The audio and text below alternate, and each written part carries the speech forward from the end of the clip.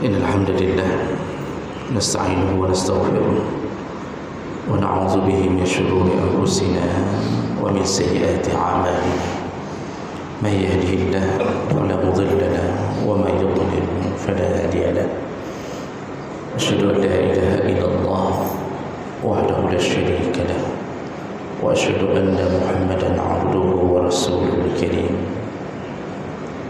اللهم صل وسلم على نبينا وسيدنا المصطفى محمد وعلى آله وأصحابه أجمعين أما بعد رب اشرح لي صدري ويسر لي أمري واحلل عقدة من لساني يفقهوا قولي. Segala puji bagi Allah, kemudian salawat dan salam kepada Rasulullah, pada keluarga dan seluruh sahabat-sahabatnya. Bapak Ibu jemaah salat subuh yang Allah muliakan insyaallah. Di pertemuan kita yang lalu kita sudah membahas tentang perkara yang bisa membinasakan kita, yaitu meremehkan dosa, baik dosa besar maupun dosa kecil. Dosa kecil yang dilakukan berulang-ulang akan menjadi sebuah vonis dosa besar, dan itulah yang kadang-kadang membinasakan hamba karena terbiasa melakukan dosa kecil. Baik, kita sambung. Berikutnya perkara yang bisa membinasakan kita adalah al-ghulu fid din, berlebih-lebihan dalam urusan agama. Berlebih-lebihan dalam urusan agama. Jemaah belaka Allah, masalah al-ghulu ini itu semua ulama mencatatkan di dalam kitab-kitab mereka tentang bahayanya ghulu. Ghulu itu berasal dari bahasa ghala yaghlu, yang artinya mujawazatul hadd, yaitu melebihi batasan normal. Jadi berlebih-lebihan, melebihi batasan normal. Barang kalau harga normal contoh 100.000, kalau kita beli mencapai 300.000, maka kita menyebut dalam bahasa Arab barang itu ghali, mahal. Jadi bahasa mahal, ghali, itu melebihi batas normal. Orang yang melebihi batas normal kebaikannya juga disebut ghalin. Jadi orangnya mahal sekali. Nah, dalam urusan agama, ghulu itu yang dimaksud adalah berlebih-lebihan melampaui batasan syariat yang ditetapkan oleh Allah Subhanahu wa taala.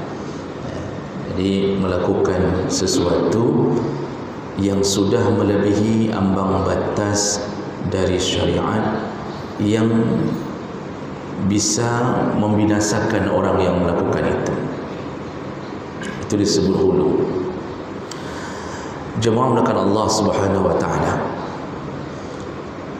ketika Allah menyempurnakan syariat ini melalui Rasulullah sallallahu alaihi wasallam,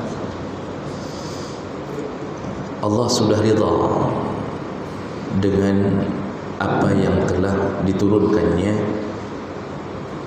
Allah mengatakan al-yawma akmaltu lakum dinakum wa atmamtu alaikum ni'mati wa raditu lakumul islam dinan.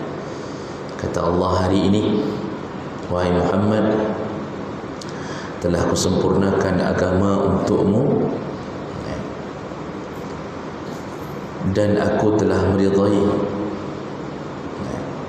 telah kusempurnakan juga nikmatku kepadamu dan aku telah meridai Islam sebagai agamamu, kata Allah. Nah, ketika turun ayat itu, para sahabat semua bergembira bahwa Islam telah disempurnakan dengan wahyu-wahyu yang turun. Jadi sahabat seperti orang yang mendapatkan sebuah hadiah besar. Agama ini sudah selesai Allah turunkan syariatnya. Namun Abu Bakar menangis. Ketika sahabat bergembira, Abu Bakar menangis. Lalu para sahabat bertanya, kenapa engkau menangis? Abu Bakar mengatakan, tidak sadarkah engkau kalau agama sudah disempurnakan Allah, maka yang membawa agama atau utusannya berarti tidak lama lagi bersama kita. Berarti beliau akan dijemput Allah, karena tidak akan ada lagi wahyu yang akan turun. Baru semua sahabat tersadari bahawa selain agama itu sudah disempurnakan, ternyata itu tanda Rasulullah tidak lama lagi bersama mereka. Dan benar, kemudian dalam hitungan beberapa bulan kemudian Rasulullah sakit, lalu dijemput Allah Subhanahu wa ta'ala. Nah, jemaah mulakan Allah, maksud disempurnakan agama adalah bukan bermakna Al-Quran tidak perlu digali sehingga menyebabkan orang mengira semua ayat tidak perlu lagi difikirkan maknanya, diambil hukumnya. Jadi mengambil zahir ayat itu bukan begitu sebenarnya makna. Maka dalam salah satu mazhab yang telah lama ditinggalkan, iaitu ada mazhab yang disebut Zahiri. Zahiri itu diawali oleh Daud Al-Zahiri, gelarnya Al-Zahiri, muridnya yang terkenal Ibnu Azam Al-Zahiri. Disebut zahir karena mengambil hukum dengan zahir ayat dan zahir hadis. Jadi enggak boleh takwil tidak boleh. Padahal jumhur ulama, 4 mazhab yang lain yang mu'tabar itu tidak begitu. Ada ayat muhkamat, ada ayat mutasyabihat. Yang muhkamat yang tidak perlu ditakwilkan, sudah jelas maknanya. Tapi yang mutasyabihat masih bisa untuk ditakwilkan, ya, diambil makna selain daripada makna yang zahir. Maka ketika membicarakan tentang tangan Allah, wajah Allah, itu Ahlus Sunnah wal Jamaah dari kalangan ulama-ulama, termasuk 4 mazhab di dalamnya, itu tidak melarang terjadinya takwil. Yadullah tidak bisa dimaknakan bahawa Allah punya tangan seperti tangan kita. Walaupun mungkin Allah bisa saja Allah mempunyai seperti itu hak Allah. Namun kita sebagai hamba mengingat Allah sendiri mengatakan laisa kamitslihi syai', tidak ada yang serupa dengan Allah. Jadi bahasa tidak ada yang serupa dengan Allah berarti apapun yang Allah buat dari makhluknya itu tidak menyerupainya, tidak menyerupainya sama sekali. Berarti zat Allah itu tidak ada contoh barang.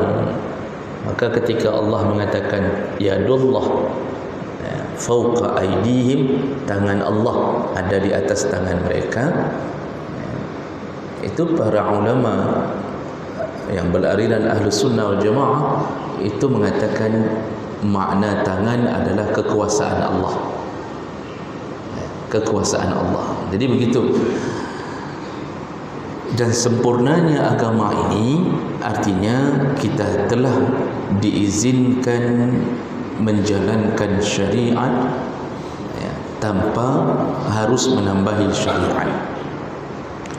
Jemaah melakukan Allah Subhanahu wa taala, Allah telah atur semua urusan selengkap-lengkapnya.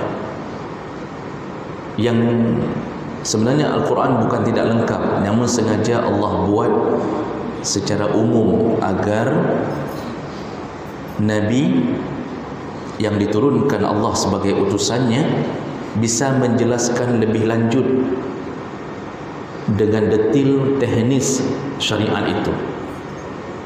Contoh, tidak ada satu ayat pun dalam Al-Quran yang menjelaskan tata cara salat. Tidak ada satu ayat pun dalam Al-Quran yang menjelaskan tata cara salat. Yang ada cuma suruhan salat. Aqimus salat, aqamus salat, yuqimunas salat. Fassalli li rabbika. Salatlah. Cara salat tidak ada satu ayat pun. Siapa tugas yang membuat bisa mengetahui cara salat? Rasulullah sebagai mubayyin yang bisa menjelaskannya. Maka Rasulullah diajarkan cara salat oleh Jibril alaihi salam. Jadi Rasulullah bukan berfikir sendiri, tapi juga datang dari Allah untuk menjelaskan teknis salat. Maka Jibril turun dalam hadis yang panjang. Beliau turun di awal waktu zuhur, salat pertama zuhur, awal waktu zuhur. Maka Nabi disuruh bangun wahai Rasulullah, sudah sampai waktu untuk salat zuhur di awal waktu zuhur. Nah, kemudian beliau setelah mengajarkan Nabi salat berjemaah bersama Jibril, kemudian hilang pergi. Nanti waktu awal salat asar, Jibril muncul lagi. Awal salat maghrib, awal salat isya, awal salat subuh. Itu di hari pertama dalam hadis yang panjang. Di hari kedua Jibril turun lagi, tapi di akhir waktu zuhur. Di akhir waktu zuhur, supaya Rasulullah tahu batasan antara waktu zuhur. Kemudian turun lagi nanti di akhir waktu asar. Begitulah Jibril mengajarkan salat Nabi sekaligus dengan waktu-waktunya. Lalu Rasulullah mengatakan ke kita, sallu kama ra'aitumuni usalli. Salatlah kamu seperti aku salat. Itu teknis.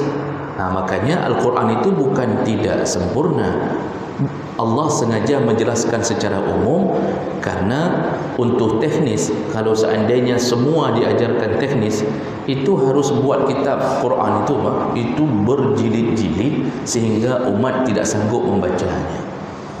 Makanya sekarang yang berjilid-jilid apa? Syarah dari Al-Quran, tafsir-tafsir Quran. Itu berjilid-jilid. Yang 20 juz, 25 jilid, 30 jilid. Itu tafsir At-Tabari, tafsir Qurtubi. Itu menunjukkan kesempurnaan agama. Dan Allah suruh kita menggali melalui hadis-hadis Nabi yang menjelaskan isi Al-Quran.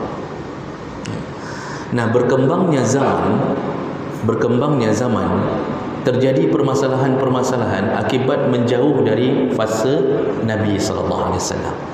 Jadi kan kita saja kalau mengeluarkan satu kalimat itu yang dengar langsung yang betul kalimat.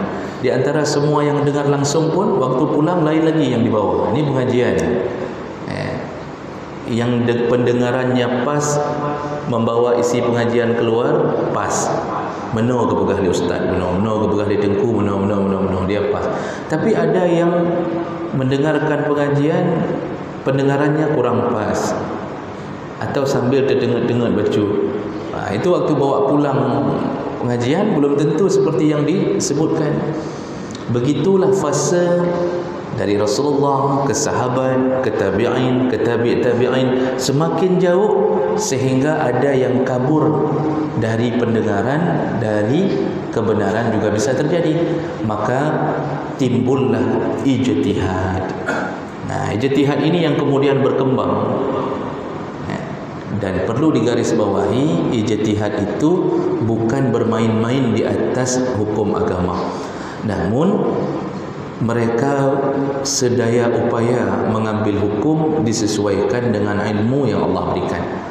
Nah, contoh itu waktu Allah menyebutkan wal mutalaqat yatarabbasna bi anfusihinna salasata quru, perempuan-perempuan yang ditalak oleh suaminya dan mereka dalam keadaan haid. Dalam keadaan haid, bukan waktu ditalak haid, masih memproduksi haid. Berapa masa iddahnya? Salasata quru, 3 kali quru. Quru itu apa? Di situ para ulama mujtahid memikirkan quru. Nabi tidak menjelaskan kalimat quru dengan pasti.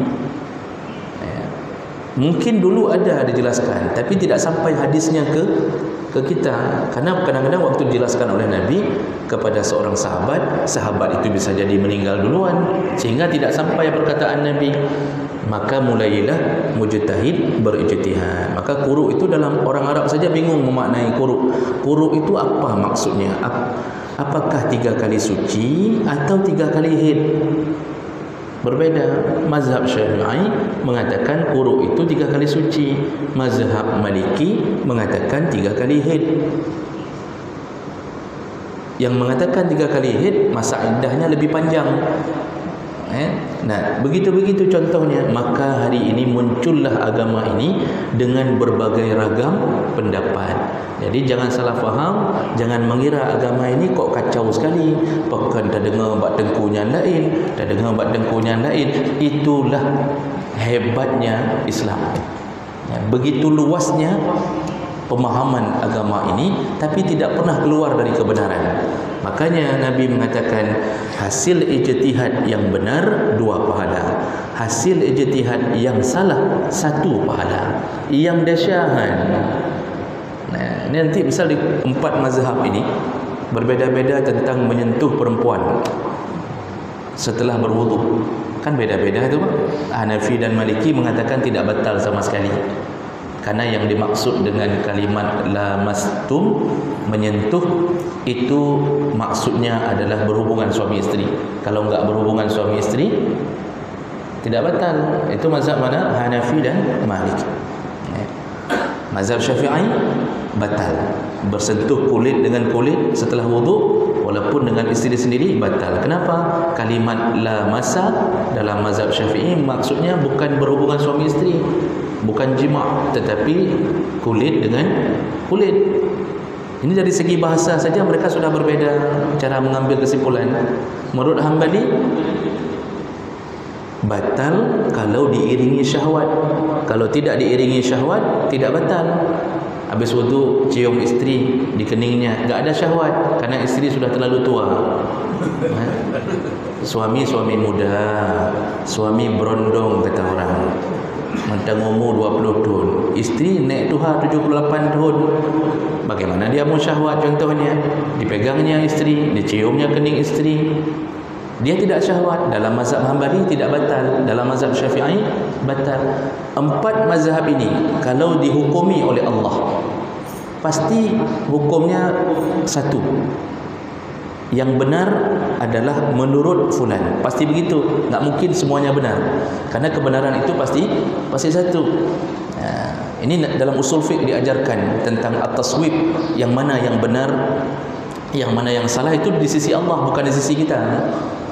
Nah, seandainya nanti Allah membuka hukum ini di akhirat, Allah buka hukum, seandainya Allah mengatakan yang ku maksud dengan menyentuh itu sebenarnya menurut, sesuai menurut pemahaman mazhab Syafi'i contohnya lah. Contoh itu, yang lain apakah akan merasa bersedih? Kapalo salah katanya ulawitnya. Tidak apa. Di sisi Allah itu dapat pahala dua-duanya. Dan di sini kita berbeda-beda pendapat karena mengikuti hasil ijtihadnya orang-orang yang diberikan ilmu. Jadi tidak perlu merasa kita seakan-akan kok enggak beres agama ini. Cukup le pemahaman hana beres. Itu kalau dalam urusan khilaf-khilaf itu tidak perlu bersedih hati, kerana itulah kebesaran Allah membuat syariat ini. Nah, kemudian setelah kita tahu perkembangan syariat, kebenarannya, muncullah satu penyakit dalam beragama yang disebut ghulu. Apa ini penyakit ghulu? Yaitu penyakit berlebih-lebihan dalam menjalankan agama. Rasulullah sallallahu alaihi wasallam menyebutkan yassir wala tu'assir. Urusan dipermudah, jangan dipersulit. Karena hari ini ada orang yang berprinsip kalau bisa dipersulit, kenapa harus dipermudah? Itu prinsip manusia. Kalau bisa dipersulit, kenapa dipermudah? Prinsip agama, jangan persulit. Kita ini aneh. Yang sebenarnya kita mudah hidup, kerja ambil gaji, selesai. Tapi dipersulit, habis kerja disuruh isi formulir untuk ambil gaji. Itu masukkan harus isi. Ni habis ngajar untuk dapat keluar gaji, itu harus isi di program apa namanya, program isi, kemudian cari data. Padahal kita sudah kerja ni, dan di urang yang dakainya kali dingin kita sudah kerja. Dia sudah lihat bahwa kita sudah kerja, tapi dipersulit, dibuat macam-macam, disuruh ini, disuruh itu. Padahal digacok peng tagai. Itu urusan dengan manusia. Dengan Allah, mudahkanlah urusan. Belum berbuat sudah dapat pahala, baru berniat.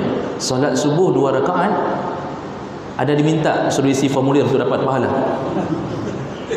Mana sudah selesai khusyuk, Allah catat pahala. Setelah ini pulang, dapat pahala mengaji. Setelah salat subuh, selesai urusan. Di akhirat berbahagia. Tinggal dengan bidadari. Untuk dapat bidadari ada disuruh beli mahar, ada disuruh bawa tebu sama ranum, ada disuruh ketemu duluan, pertemuan pertama yang intatnyo intat je, kemudian buat acaranya, tenda enggak ada. Bidadari yang begitu indahnya, begitu dalam Al-Quran, atraban bahasa Al-Quran saja menunjukkan bidadari itu uruban atraba, ya, begitu montok-montoknya. Itu bahasa Al-Quran, ya. Silakan lihat terjemahnya. Memang begitu. Jadi enggak bisa menggambarkan keindahan bidadari, ya. Itu keindahan itu tidak perlu dibayar dengan berbagai macam pernak-pernik dunia, yang sifatnya mempersulit hidup. Tidak. Itu kalau di dalam dunia mengajar, yang seharusnya kita kerja dengan mudah, tapi dihantui. Itu orang-orang yang sudah dapat sertifikasi, itu sudah ngajar, sudah macam-macam untuk bisa dapat itu ngisinya, itu ngisi program ini, program itu, mati bak di pasarnya. Makanya kita ini kadang-kadang hidup enggak sesuai syariat. Kenapa tidak kita permudah orang yang sudah kita lihat bekerja? Pekan tayunya, tayu je, padahal tinggal bayar saja. Begitu konsep orang tidak beragama. Nah, Bapak Ibu Allah muliakan, berlebih-lebihan dalam urusan agama itu terjadi akibat pertama semangat beragama tetapi tidak dibarengi dengan ilmu. Semangat tak beragama, semangat sekali dia ingin menjalankan agama ini, tapi tidak dibarengi dengan ilmu.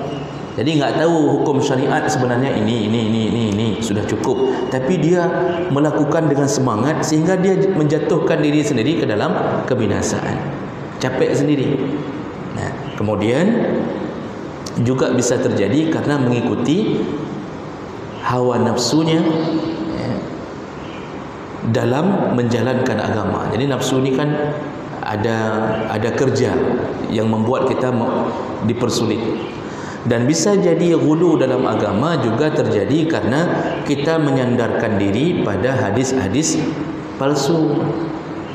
Nah, misal hadis palsu mengatakan kalau salat ini, ya, pahalanya sekian, rakaat pertama ucapkanlah 200 kali Al-Fatihah.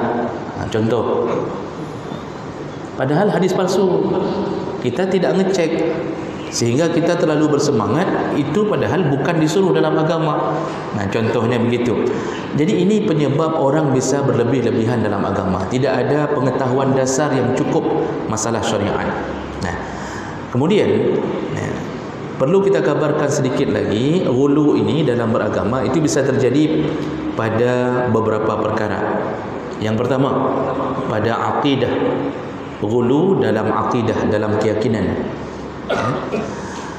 Allah Subhanahu wa taala menyebutkan, "Qul ya ahlal kitab la taghlu fi dinikum." Wahai ahlul kitab, janganlah engkau berlebih-lebihan dalam agamamu ghairal haq, tanpa kebenaran. Faqad adallu katsiran min qabl. Sudah banyak orang terdahulu yang tersesat karena berlebih-lebihan. Ini contohnya dalam beragama, keyakinan, akidah. Yahudi itu sebenarnya kan agamanya benar, dibawa oleh Nabi Musa alaihissalam. Yahudi itu sebenarnya orang yang dicintai Allah, tapi karena terlalu berlebihan, mereka kemudian mengatakan waqalatil yahudu Uzair ibnillah. Yahudi itu akhirnya menuhankan nabi mereka. Jadi salah satu nabi yang diturunkan ke mereka bernama Uzair. Apa kata mereka? Uzair itu bukan nabi, Uzair itu anak Allah. Uzair anak Allah, kata mereka.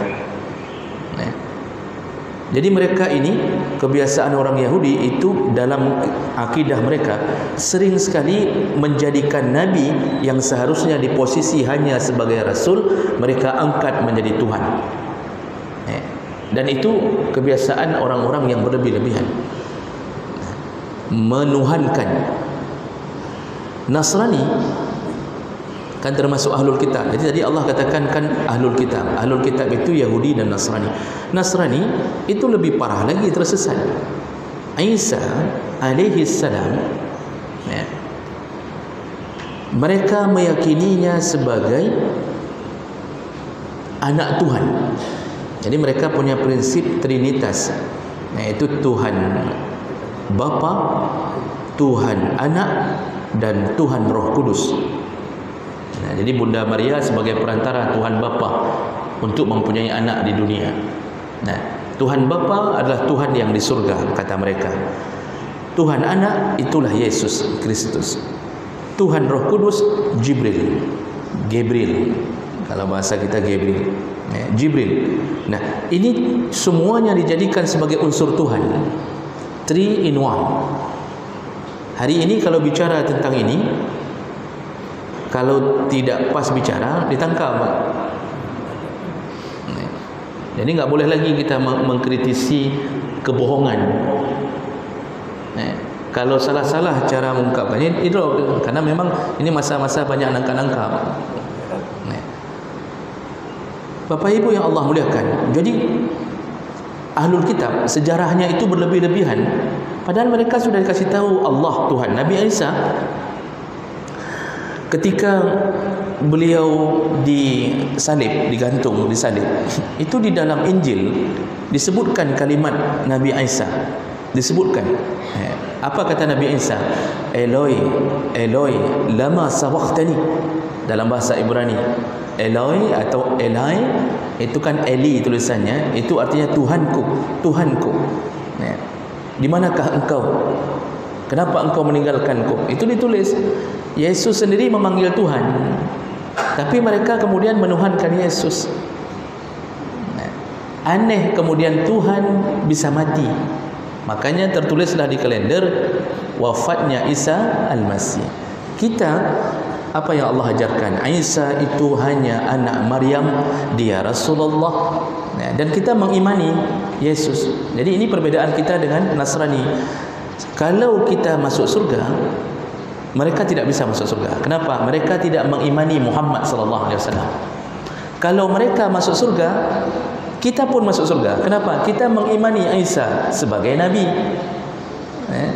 Nah, jawablah ke Allah, ini berlebihan dalam beragama. Jadi sampai begitu jatuhnya ke dalam kesesatan.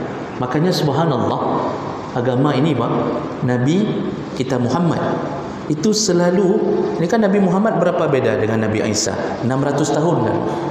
600 tahun ni tidak ada Nabi ni. Masa fatrah tidak ada Nabi. Maka orang-orang yang mengatakan bahawa bapa Nabi dalam neraka, mama Nabi dalam neraka, itu kadang-kadang enggak mau dengar bahawa 600 tahun ini enggak ada Rasul. Tidak sampai dakwah. Para ulama-ulama telah menjawab ayah Nabi dalam masa fatrah. Masa kita berani mengatakan Nabi itu lahir dari keturunan kafir? Kita mau mengatakan Nabi lahir dari keturunan orang berzina saja, apa? Ini tidak masuk akal. Maksudnya, masa orang bisa mencela, hai, Muhammadnya anak pelacur jadi Nabi, misal contoh. Walaupun boleh, tapi kan menghilangkan kemuliaan. Nah, jadi Nabi Muhammad ketika beliau diutus jadi Nabi, apa yang paling beliau tonjolkan? Yaitu beliau menonjolkan diri sebagai manusia biasa. Maka beliau memotong bawang, pesing engkau, pesing bahasa Indonesianya apa pesing? Membersihkan ikan, apa bahasa pesing? Menyiangi. Menyiangi di waktu siang ikan. Itu Nabi, bahasa hadis apa? Nabi menolong istrinya ketika di rumah. Nabi cuci piring, Nabi cuci baju sendiri. Kalau ada kaos kakinya, sepatunya rusak, Nabi menjahit sendiri. Lalu Nabi jalan di pasar. Lalu Nabi kalau duduk makan, dia duduk dengan tidak bersandar, dia duduk dengan model angkat paha sebelah. Nabi kalau tidur, dia wuduk duluan. Nabi tidur ke sebelah ini. Semua yang Nabi tonjolkan sifat-sifat kemanusiaannya. Nabi juga punya kekurangan dari sisi kemanusiaannya. Kadang-kadang beliau sakit perut, kadang-kadang bahkan beliau pernah disihir. Walaupun kemudian Jibril turun menurunkan 2 surat, iaitu Al-Falaq dan An-Nas. Nah, jawab maka Allah, kenapa Nabi begitu? Karena Nabi tidak ingin terjadi hal yang sama kepada umat Nabi Isa, sehingga menuhankan Muhammad sallallahu alaihi wasallam.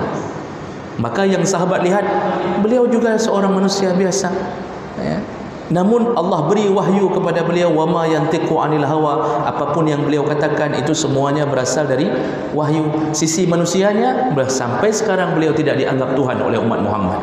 Maka umat Muhammad tidak akan tersesat dengan agamanya sendiri, kecuali dia mendapatkan agama luar, baru dia tersesat.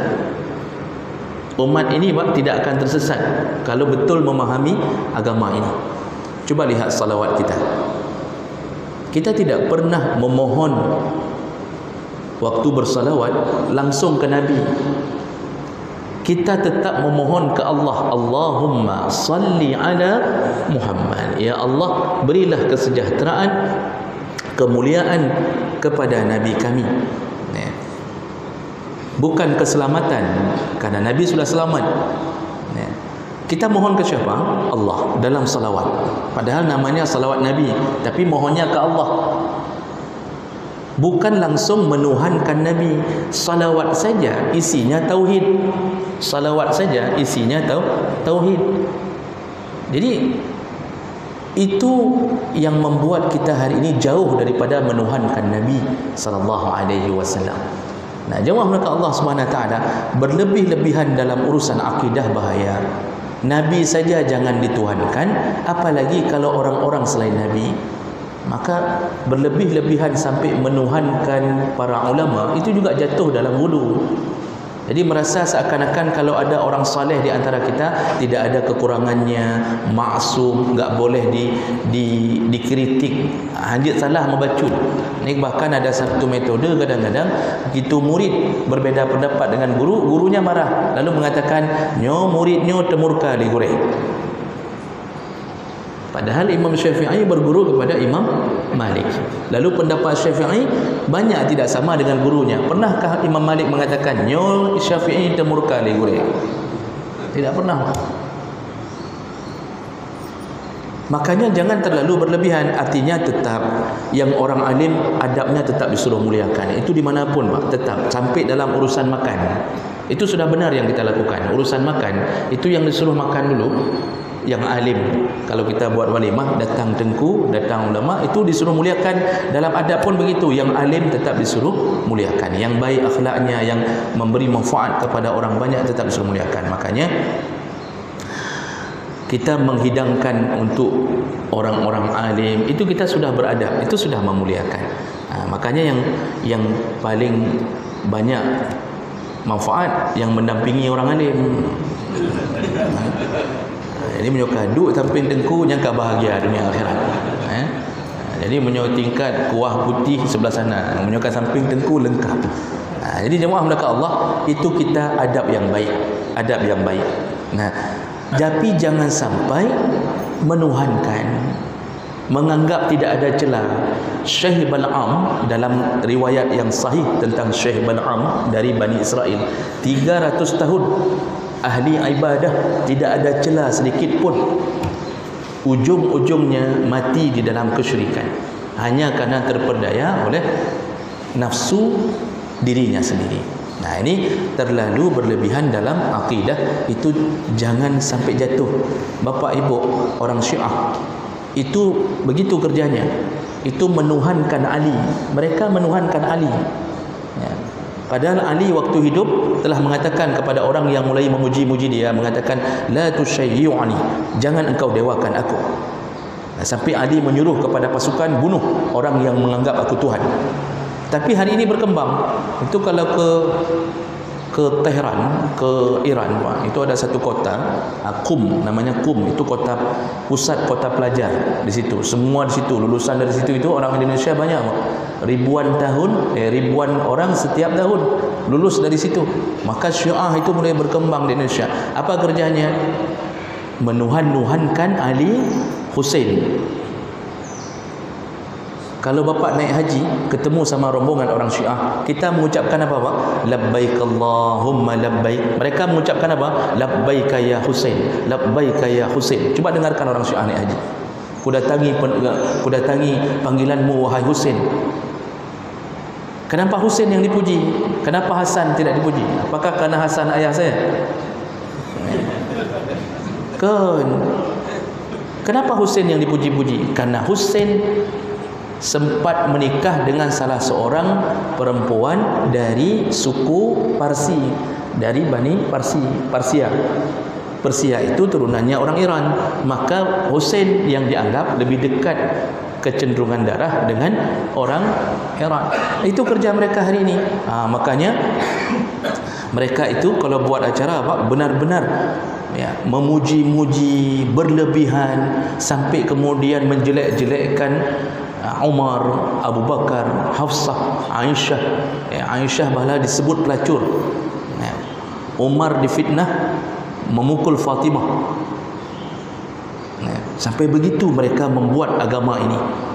Makanya hari ini hati-hati dengan berlebihan dalam keyakinan. Itu orang Ahmadiyah. Mirza Ghulam Ahmad itu dijadikan Tuhan oleh mereka.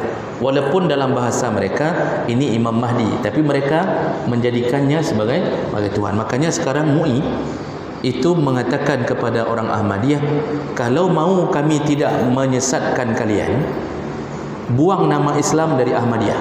Jangan pakai Jamaah Islam Ahmadiyah, tulis Jamaah Ahmadiyah, maka tidak ada kritik. Sudah sesat-sesatlah. Yang jadi masalah apa hari ini? Mereka mengakui diri bahagian daripada Islam. Itu yang jadi masalah. Makanya hari ini digolongkan kelompok sesat. Kalau mau sesat sempurna saja sesat, enggak usah pakai Islam. Makanya banyak hari ini kesesatan. Terakhir, juga ghulu di dalam agama bisa terjadi pada ibadah. Pada ibadah ini berlebih-lebihan yang tidak disuruh dan bukan dalam kategori normal. Dari hal-hal yang sederhana Pak, kalau kita baca fikih, itu makruh hukumnya menyapu ketika wudhu, menyapu leher.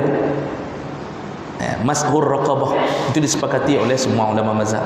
Makruh ketika wudhu selalu menyapu leher. Cuci kepala, sapu leher. Cuci muka, sapu leher. Kenapa? Khawatir dianggap leher bahagian daripada wudu. Padahal leher enggak disuruh, bukan bahagian daripada wudu. Jadi segitunya dilarang oleh para ulama untuk berlebih-lebihan dalam urusan ibadah. Nah, jemaah melakukan Allah Subhanahu wa taala, dan ini di semasa sahabat pernah hampir terjadi. Ibnu Umar itu tidak mau tidak mau tidur malam. Mau salat tahajud sampai pagi, enggak mau tidur-tidur. Kemudian paginya puasa, enggak mau buka-buka. Hari ini puasa, langsung enggak mau buka. Besok puasa, puasa lagi. Nah, kemudian dia tidak mau. Ada sahabat yang tidak mau menikah, ingin ibadah saja. Ini berlebihan sampai Nabi mengatakan, aku seorang Nabi, aku yang paling bertakwa di antara kalian, aku penghuni surga. Tapi aku menikah, aku solat malam, tapi kemudian aku tidur. Aku puasa, tapi aku ada waktunya untuk berbuka dan istirahat. Jadi surga itu kita dapatkan bukan dengan cara kita berfikir, tapi dengan mengikuti syariat. Jadi jangan pikir surga itu kalau kita buat sendiri amal, kita dapat surga suka-suka kita. Bukan, Pak. Surga itu suka-suka Allah, maka ikutilah syariat dari Allah tanpa harus berlebihan. Nah, ini berlebihan ini apa maksudnya, Pak? Kalau melebihi batas normal. Ini enggak boleh dipakai kalau kita misal enggak mau salat qabliyah, ba'diyah. Lalu orang tanya, "Ana semayang sunat qabliyah, ba'diyah. Gekeun le ustaz hanjut tak berlebihan. Sip dengan semayang wajib." Nyah betul kan? Ya. Itu enggak betul cara berfikir begitu. Ini berlebihan yang tidak ada syariatnya, yang kita mengarang sendiri, berfikir sendiri. Nah, di situ yang bahayanya kita bisa binasa dalam urusan ini. Dulu Nabi ketika mau lempar jamarat, disebutkan dalam hadis, Nabi ketika lempar jamarat disuruh sama sahabat cari batu sebesar ketapel, sebesar anak ketapel. Disuruh cari batu yang kecil-kecil, kerikil. Dicari sama sahabat. Lalu setelah Rasulullah megang batu mau lempar jamarah, kata Rasulullah, beginilah batu yang harusnya engkau melempar jamarah. Jangan berlebih-lebihan dalam beragama. Itu sambungan hadis Nabi. Laqad ahlaka man kana qablakum. Berlebih-lebihan telah menghancurkan orang-orang sebelum kamu. Saya pernah lihat waktu naik haji, Pak. Ada orang yang kurang ilmunya karena mengingat sejarah bahwa jamarat itu waktu Nabi Ibrahim lempar setan. Orang-orang Turki yang saya lihat, Pak.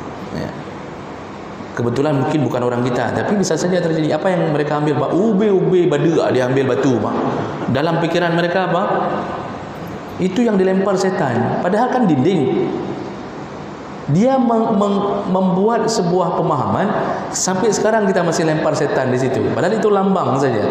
Diambil batu besar-besar dengan niat mau melempar setan dengan batu besar-besar. Itu apa saja diambil. Ada yang lempar sendal, diambilnya saking marah dengan setan, sandal-sandal dia diambil, lempar setan. Nah, ini berlebihan. Nah, baik, kira-kira begitu. Ini bahayanya ghulu di dalam urusan agama.